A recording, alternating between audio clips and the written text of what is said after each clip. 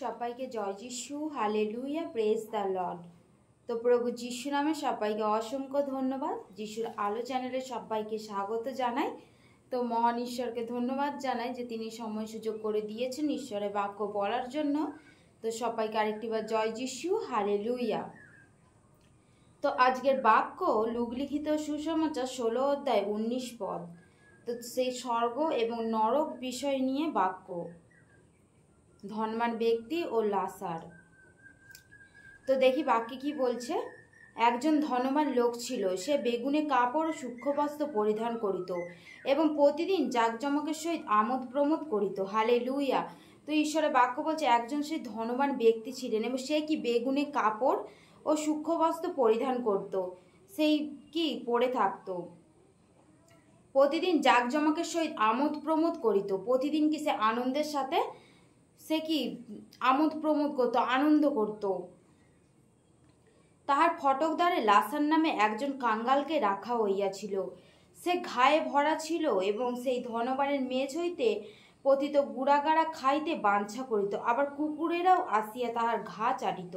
Hallelujah. বলছে সেই ধনবান ব্যক্তির ঘরের পাশে কিছু না লাসার ছিল। সেই লাসার কি ঘায়ে ভরা ছিল, আর কুকুরেরা এসেও কি তার ঘা চাটত। কালক্রমে ওই কাঙ্গাল মরিয়া গেল। বলছে কি সেই একটা সময় এলো যে ওই কাঙ্গাল কি মারা গেল। আর স্বর্গদূতগণ তাহাকে লইয়া আব্রাহামের কোলে বসাইলেন। তখন সেই স্বর্গদূতেরা কি সেই আব্রাহামের কোলে বসালেন সেই লাসারকে। পরে সেই ধনবানও মরিল এবং কবর প্রাপ্ত হইল। সেই ধনবান ব্যক্তিও কি মারা গেলেন এবং সেও কি কবর প্রাপ্ত হইল। আর পাতালের যাতনার মধ্যে সে চক্ষু তুলিয়া দূর হইতে আব্রাহামকে এবং তাহার কোলে লাসারকে দেখিতে পাইল। তাহাতে সে উচ্চস্বরে কহিল, পিত আব্রাহাম, আমার প্রতি দয়া করুন, লাসারকে পাঠায় দিন, যেন সে অঙ্গুরের অগ্রভাগ জলে ডুবাইয়া আমার জিহ্বা শীতল করে, কেননা এই অগ্নিশিখায় আমি যন্ত্রণা পাইয়াছি। হালেলুয়া। সে উচ্চস্বরে কি যখন সেও মারা গেল, সেই পাতালের মধ্যে সে কি চোখ তুলে দেখলো যে আব্রাহামের কোলে বসে আছে লাসার। তখন সেই ধনবান ব্যক্তি বললেন, পিত আব্রাহাম, আমার প্রতি দয়া করুন, লাসারকে পাঠিয়ে দিন, যেন সে আঙুলের এক ফোঁটা জল দিয়ে আমার জিভটা শীতল করে, কেননা এই অগ্নিশিখায় আমি যন্ত্রণা পাইতেছি। বলছে কেননা এই আগুনের জন্য কি আমি যন্ত্রণা পাচ্ছি। কিন্তু আব্রাহাম কহিলেন, বৎস, স্মরণ করো তোমার সুখ তুমি জীবনকালে পাইয়াছ, আর লাসার তদ্রূপ দুঃখ পাইয়াছে। এখন সে এই স্থানে সান্ত্বনা পাইতেছে আর তুমি যন্ত্রণা পাইতেছ। হালেলুয়া। তখন সে আব্রাহাম কি বলল যে তুমি জীবনকালে সুখ ভোগ করেছো আর লাসার কি জীবনকালে দুঃখ ভোগ করেছে, কি এইরকমই বিষয় না। সেই কি ধর্মান স্বর্গরাজ্যের মেন দরজা কে হচ্ছে সেই প্রভু যিশু। ঈশ্বরের বাক্য কি বলছে যোহনে, যে আমি পথ সত্য ও জীবন, আমি ছাড়া কেউ পিতার নিকটে পৌঁছাতে পারে না।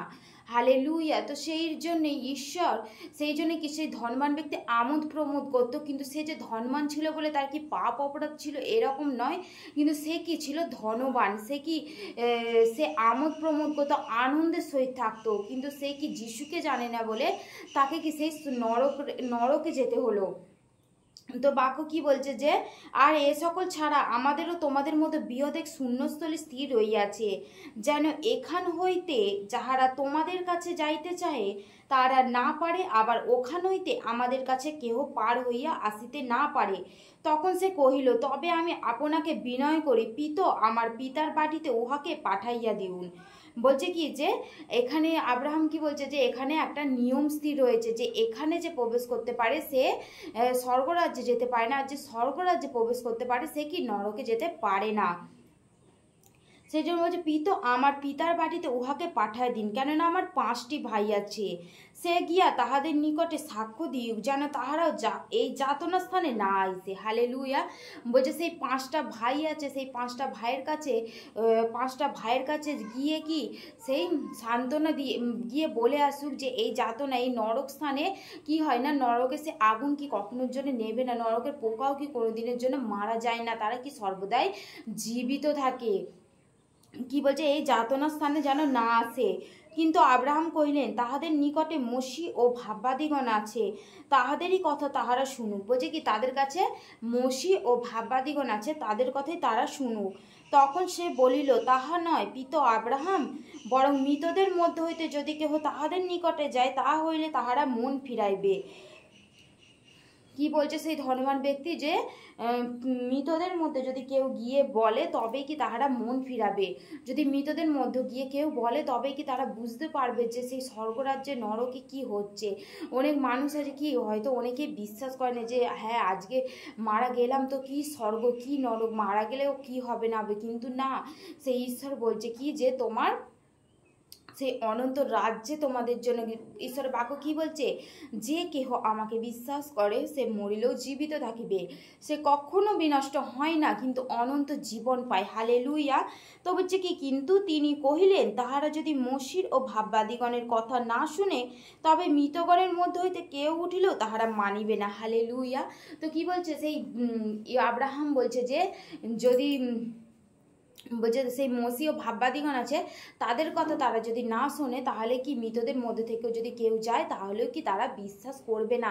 তাহলে এখানে কে আছে, সে ঈশ্বরের বাক্যের জন্য ঈশ্বর মনোনীত করেছেন, ঈশ্বরের সুসমাচারের জন্য। যখন আমরা প্রভু যিশুর বিষয়ে শুনবো, আমরা যেন প্রভু যিশুকে বিশ্বাস করি, কারণ ঈশ্বরকে কোনোদিন সৃষ্টি করা যায় না। ঈশ্বরের বাক্য কি বলছে যে স্বর্গ আমার সিংহাসন, পৃথিবী আমার পাদপীঠ। তোমরা আমার জন্য বাড়ি নির্মাণ করতে পারো না, মন্দির নির্মাণ করতে পারো না তোমরা।